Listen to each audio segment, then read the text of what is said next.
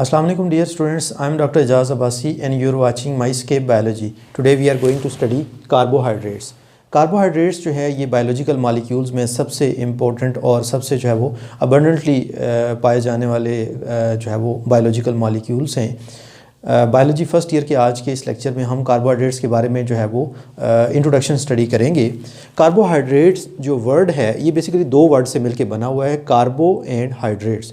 कार्बो word के जो है वो मीनिंग है बेसिकली कार्बन, ये कार्बन के लिए जो है वो रेफ़र करता है, जबकि हाइड्रेट्स जो वर्ड है ये वाटर के लिए जो है वो रिस्पॉन्सिबल है। हाइड्रेट के मीनिंग होते हैं वाटर।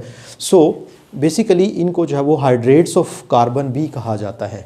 कार्बोहाइड्रेट्स जो हैं ये तीन एलिमेंट से मिलके बने हुए हैं, कार्बन, हाइड्रोजन एंड ऑक्सीजन। जो हाइड्रेट वर्ड है, ये जो वाटर है बेसिकली इसके अंदर हाइड्रोजन और ऑक्सीजन मौजूद हैं, जबकि कार्बन भी साथ मौजूद है। तो ये तीन एलिमेंट्स जो है वो कार्बोहाइड्रेट्स के अंदर मौजूद होते हैं। कार्बोहाइड्रेट्स के अंदर इन तीनों एलिमेंट्स की जो प्रोपोर्शन है वो इस फार्मूले से हमें जो पता चलती है। जनरल फार्मूला जो कार्बोहाइड्रेट्स के लिए है that is CxH2O(Y). Some cases में जो है वो जो नंबर ऑफ़ कार्बन एटम और जो हाइड्रेट फ्रैक्शन है ये जो है वो एक दूसरे के इक्वल नहीं होते, इसलिए ये फार्मूला जो वो यूज़ किया जाता है स्पेशली पॉलीसेक्राइड्स के केस में। जबकि मोनोसेक्राइड्स और डाइसेक्राइड्स जो हैं उनके लिए मोस्टली जो है वो ये फार्मूला यूज़ किया जाता है CnH2ON। यहाँ पे जो है वो कार्बन और जो हाइड्रेट फ्रैक्शन है इनकी जो नंबर्स हैं वो बराबर हैं। सो n जो है ये कुछ भी हो सकता है, 1 2 3 सो ऑन। जैसे फॉर एग्ज़ाम्पल ग्लूकोज़ के अंदर जो n की वैल्यू है दैट इज़ 6। सो जो ग्लूकोज़ का फार्मूला है ये C6H12O6 जो है वो डेवलप होता है। कार्बोहाइड्रेट्स जो हैं ये हमारी डाइट का एक इम्पोर्टेंट कंपोनेंट हैं और ये हमें जो है वो सबसे चीपेस्ट एनर्जी प्रोवाइड करते हैं। बेसिकली जो बायोलॉजिकल मॉलिक्यूल्स जिनसे हमारी बॉडी जो है वो एनर्जी लेती है, प्रोटीन, लिपिड्स और कार्बोहाइड्रेट्स हैं, और उनमें कार्बोहाइड्रेट्स जो है वो सबसे चीपेस्ट सोर्स ऑफ एनर्जी हैं क्योंकि बहुत ईज़िली जो है वो अवेलेबल हैं। रोटी जो हम खाते हैं तो इसके अंदर मोस्टली जो है वो कार्बोहाइड्रेट्स होते हैं, जबकि जो लिपिड्स और प्रोटीन्स हैं ये फ्रूट्स के अंदर मौजूद होते हैं, एग के अंदर, मिल्क के अंदर, उसके अलावा जो है वो जो ऑयली चीज़ें होती हैं उनके अंदर। तो ये सारी चीज़ें जो है वो कॉस्टली हैं, मीट है, तो ये सारी चीज़ें कॉस्टली हैं। सो जो कार्बोहाइड्रेट्स हैं ये इसलिए जो है वो चीपेस्ट सोर्स कहलाते हैं। कार्बोहाइड्रेट्स की जो बहुत सारी एग्जांपल्स हैं, जैसे फॉर एग्जांपल ग्लूकोज़ जो है वो सबसे कॉमन एग्जांपल है कार्बोहाइड्रेट्स की। और ये जो ग्लूकोज़ है ये फोटोसिंथेसिस के रिज़ल्ट में डायरेक्ट प्रोड्यूस होता है। सो इसको हम प्रोडक्ट ऑफ फोटोसिंथेसिस भी कहते हैं। इस तरह से हमारी बॉडी के अंदर जो फूड डाइजेस्ट होती है जब, तो कार्बोहाइड्रेट सारे डाइजेस्ट होते हैं तो उसके रिज़ल्ट में मोस्टली हमारी बॉडी के अंदर ग्लूकोज़ जनरेट होता है, और फिर ग्लूकोज़ ही वो मेटाबोलाइट है जो रेस्पिरेशन के प्रोसेस में जो है वो यूज़ होता है, और फिर उसके रिज़ल्ट में एनर्जी हमारी बॉडी को जो है वो मिलती है। ग्लूकोज़ के अलावा जो है वो लैक्टोज़ है। लैक्टोज़ मिल्क शुगर है, ये मिल्क के अंदर जो है वो मौजूद होता है। इसके अलावा जो है वो जो है वो ग्लूकोज़ की ही एक आइसोमेरिक फॉर्म है फ्रुक्टोज़, जो कि फ्रूट्स के अंदर मौजूद होता है। सुक्रोज़ जो है इसको हम केन शुगर या टेबल शुगर भी कहते हैं। टेबल शुगर इसलिए कहते हैं क्योंकि ये हमारे जो घर में किचन के अंदर जो चीनी हम इस्तेमाल करते हैं वो बेसिकली जो है वो ये सुक्रोज़ है। और इसको केन शुगर इसलिए कहा जाता है क्योंकि ये शुगर केन से जो है वो लिया जाता है। शुगर केन की जो स्टेम है, गन्ने की जो स्टेम है, तो उसको जब प्रेस करते हैं तो उसमें से जो शुगर निकलता है, जो गन्ने का जूस आप पीते हैं तो उसके अंदर भी मोस्टली जो है ये सुक्रोज़ मौजूद होता है। सो इसलिए इसको जो वो कैन शुगर भी कहा जाता है। इसके अलावा जो वो स्टार्च है, स्टार्च बेसिकली जो है वो ये प्लांट्स के अंदर एक स्टोरेज प्रोडक्ट है। पोटैटो के अंदर, आलू के अंदर जो है वो बहुत ज़्यादा स्टार्च मौजूद होता है। इस तरह से चावल के अंदर मौजूद होता है।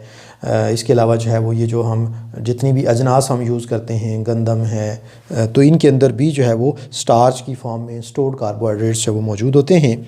फिर सेलुलोज़ है। सेलुलोज़ जो है ये सबसे ज़्यादा पाया जाने वाला अर्थ के ऊपर जो है वो कार्बोहाइड्रेट है, और ये बेसिकली एक पॉलीसेक्राइड है। प्लांट्स की जो सेल वॉल है वो बेसिकली जो है वो सेलुलोज से बनी होती है, इसलिए ये सबसे ज़्यादा पाया जाने वाला कार्बोहाइड्रेट है। इसके बाद ग्लाइकोजन है। ग्लाइकोजन जो है ये बेसिकली स्टोरेज प्रोडक्ट है एनिमल्स की बॉडी के अंदर। हमारी बॉडी में जब ग्लूकोज़ की जो अमाउंट है वो ब्लड के अंदर ज़्यादा हो जाती है तो हमारी बॉडी कुछ ग्लूकोज़ जो है उसको कन्वर्ट कर देती है। ग्लूकोज़ बेसिकली एक सिंपल शुगर है, मोनोसेक्राइड है, तो ग्लूकोज़ को जो है वो कन्वर्ट कर दिया जाता है ग्लाइकोजन की फॉर्म में। इसको एनिमल फैट भी समटाइम जो है वो कहा जाता है। क्योंकि ये हमारी बॉडी के अंदर, मसल्स के अंदर जो है ये स्टोर्ड फॉर्म में जो है वो मौजूद होता है। Next is the classification of carbohydrates. Carbohydrates जो हैं इनको बेसिकली हम 3 ग्रुप्स में जो है वो क्लासीफाई कर लेते हैं, monosaccharides, oligosaccharides and polysaccharides. Basically जो ये सेक्राइड वर्ड है ये ग्रीक वर्ड सेक्रोन से जो लिया गया है। सेक्रोन के मीनिंग होते हैं शुगर, सो इसलिए जो है वो हम इनके लिए जो टर्म यूज़ करते हैं ये मोनोसेक्राइड, डाइसेक्राइड और ओलिगोसेक्राइड एंड पॉलीसेक्राइड जो हम यूज़ करते हैं। मोनोसेक्राइड्स जो हैं as the name indicates, mono के मीनिंग होते हैं 1 और सेक्राइड के मीनिंग होते हैं शुगर। सो मोनोसेक्राइड के मीनिंग बनते हैं 1 शुगर, यानी कि ये एक सिंपल शुगर है। So they consist of single saccharide unit. जैसे फॉर एग्जांपल ये एक स्क्वायर बॉक्स जो है मैंने ड्रॉ किया है मोनोसेक्राइड के लिए, तो जो मोनोसेक्राइड्स हैं वो सिंपल शुगर्स हैं। एक सिंगल जो शुगर होता है, जो सिंगल आप कह सकते हैं मॉलिक्यूल है कार्बोहाइड्रेट का, उसके लिए जो वो हम मोनोसेक्राइड की टर्म यूज़ करते हैं। सो ये जो मोनोसेक्राइड्स हैं यही मिलके तो ओलिगोसेक्राइड्स बनाते हैं। और एक ओलिगोसेक्राइड जो है that is composed of 2 to 10 saccharide units. एक जो ओलिगोसेक्राइड है उसमें 2 से लेके 10 के दरमियान जो है वो मोनोसेक्राइड्स मौजूद होते हैं। अगर फॉर एग्ज़ाम्पल जो है वो 2 मोनोसेक्राइड्स मिलके तो एक जो है वो ओलिगोसेक्राइड बनाएंगे तो उसको हम कहेंगे डाइसेक्राइड। अगर जो है वो 3 मोनोसेक्राइड्स जो है वो मिलके, जैसे फॉर एग्ज़ाम्पल यूँ जो है वो 3 सेक्राइड्स मिलके तो एक जो है वो ओलिगोसेक्राइड बनाए तो उसको हम ट्राइसेक्राइड कहेंगे। फिर इस तरह से 4 होंगे तो टेट्रासेक्राइड, पेंटासेक्राइड, इस तरह से जो है वो हम इनके लिए नेम्स यूज़ करते हैं। सो इस तरह से बहुत सारे जो है वो जब मोनोसेक्राइड्स एक चेन की फॉर्म में आपस में एक दूसरे के साथ अरेंज हो जाते हैं तो जो एक लार्ज मॉलिक्यूल बनता है, अगर उसमें जो है वो मोनोसेक्राइड की तादाद 10 से कम है, 10 या 10 से कम है, तो फिर हम उसे जो है वो ओलिगोसेक्राइड कहेंगे। जबकि अगर 10 से ज़्यादा जो है वो मोनोसेक्राइड्स आपस में अटैच्ड हों तो उसको हम कहेंगे polysaccharide. So polysaccharides are made up of more than 10 saccharide units. So 10 से ज़्यादा जो है वो मोनोसेक्राइड्स चेन की फॉर्म में जब मिलते हैं तो फिर हम उसे जो है वो पॉलीसेक्राइड कहते हैं। मोनोसेक्राइड जो हैं they can not be further hydrolyse, क्योंकि ये सिंगल शुगर है, ये एक सिंगल यूनिट है, तो अगर हम इसको फर्दर हाइड्रोलाइज या ब्रेक करेंगे तो ये फिर कार्बोहाइड्रेट से किसी और फॉर्म में जो कन्वर्ट हो जाएगा, ये कार्बोहाइड्रेट नहीं रहेगा। सो कार्बोहाइड्रेट्स को हम जो है वो फर्दर हाइड्रोलाइज नहीं कर सकते। ओलिगोसेक्राइड जो है upon hydrolysis yield 2 to 10 monosaccharides. चूँकि ये 2 से लेके 10 मोनोसेक्राइड से मिलके बने हुए हैं, तो जब हम इनकी हाइड्रोलिसिस करेंगे तो हाइड्रोलिसिस में ये जो बीच में बॉन्ड बना हुआ है ये बॉन्ड ब्रेक होगा और उसके रिज़ल्ट में जो है वो 2 से 10 के दरमियान हमें जो है वो मोनोसेक्राइड मिलते हैं। सिंपल इज़ दैट कि जितने मोनोसेक्राइड से मिलके ओलिगोसेक्राइड बना होगा, जब हम हाइड्रोलिसिस करेंगे उसकी तो उतने ही मोनोसेक्राइड्स हमें मिल जाएंगे। इसके बाद जो पॉलीसेक्राइड्स हैं upon hydrolysis they yield more than 10 monosaccharide units. क्योंकि ये जो है वो 10 से ज़्यादा मोनोसेक्राइड से मिलके बने हुए थे, इसलिए जब हम इनकी हाइड्रोलिसिस करेंगे तो उसके रिजल्ट में हमें जो है वो 10 से ज़्यादा मोनोसेक्राइड यूनिट्स जो है वो मिलेंगे। Monosaccharides are highly soluble in water. पानी के अंदर ये बहुत ईजिली जो है वो डिज़ोल्व हो जाते हैं, जबकि जो ओलिगोसेक्राइड्स हैं ये लेस सॉल्युबल हैं, जबकि जो पॉलीसेक्राइड्स हैं ये मोस्टली इनसॉल्युबल हैं और इनमें से जो है वो कुछ स्पेरिंगली सॉल्युबल हैं, जो है वो स्लाइटली सॉल्युबल हैं। इवन हॉट वाटर के अंदर भी कुछ जो है वो सॉल्युबल नहीं होते। मोनोसेक्राइड जो हैं they are very much sweet in taste. ये जो है वो टेस्ट वाइज बहुत मीठे होते हैं। आपने जो है वो ग्लूकोज जो है वो टेस्ट किया होगा तो वो जो है वो स्वीट टेस्ट होता है। जो ओलिगोसेक्राइड्स हैं इनका टेस्ट स्वीट होता है लेकिन लेस स्वीट होता है, जबकि जो पॉलीसेक्राइड्स हैं ये बिल्कुल टेस्टलेस होते हैं। एग्जांपल्स की अगर हम बात करें तो मोनोसेक्राइड्स में जो कॉमन एग्जांपल्स हैं ये ग्लूकोज और फ्रुक्टोज हैं। ग्लूकोज जो है ये सबसे कॉमनली यू कैन से जो है वो अवेलेबल कार्बोहाइड्रेट है। फ्रुक्टोज जो है ये फ्रूट्स की फॉर्म में मौजूद होता है। डाइसेक्राइड की एग्जांपल्स में जो है वो सुक्रोज है। सुक्रोज बेसिकली जो है जो कि कैन शुगर है, ये बेसिकली ग्लूकोज और फ्रुक्टोज 2 सब यूनिट से जो मिलके बना हुआ ये बेसिकली डाइसेक्राइड है। इस तरह से माल्टोज जो है ये ग्लूकोज और ग्लूकोज 2 यूनिट्स जो है वो आपस में जब कंबाइन होते हैं तो उनसे जो है वो डेवलप होता है।